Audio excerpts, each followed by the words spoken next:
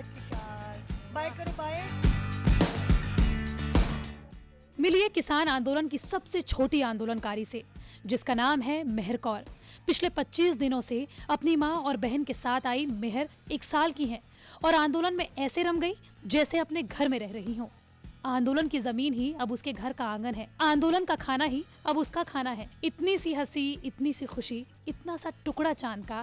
Film barfi का ये गाना किसान आंदोलन के इन चेहरों का यकीन बन चुका है, क्योंकि सारी लड़ाई ही इसी रोटी वाली मुस्कान को बचाने की है। दूध इतना है, भगवान की कृपा से हमारे भाइयों ने दूध की नदियां बहाई हुई हैं। बिल्कुल दूध की नदियां बहाई हुई हैं भाइयों ने। दूध की कोई दिक्कत नहीं है यहाँ, दूध जितना चाहो उतना ही, कोई प्रॉब्लम नहीं है खाने पीने की। पंजाब के गुरदासपुर से आई मेहर कौर और उसका परिवार इस आंदोलन का हिस्सा शुरू से है। मेहर की मां कहती हैं कि वो इस आंदोलन में इतनी रम गई है कि कोई भी उसके साथ खेल लेता है, कोई भी उसे गोद उठा लेता है। लेकिन मेहर के लिए ये सभी आंदोलनकारी उसके परिवार के जैसे हैं।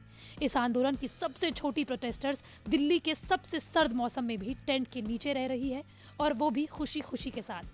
क्योंकि हमारी लाइफ का पहला संघर्ष है ना, 1947 का संघर्ष हमारे दादा बुजुर्गों ने लड़ा, 1984 का संघर्ष हमारे पेरेंट्स ने लड़ा, और जो 2020 का संघर्ष है ये हम लड़ रहे हैं। इसलिए हम बच्चों को दिखाने के लिए लेके आए हैं कि संघर्ष कैसे लड़े जाते हैं, है ना। और सिर्फ मेहर कौर ही नहीं, उनकी 9 साल की बहन तनमीत कौर भी इस आंदोलन में शरीक है। मम्मा को नहीं बोला मम्मा घर वापस जाने? नहीं, क्यों? मजे बहुत आ रहे हैं इसलिए।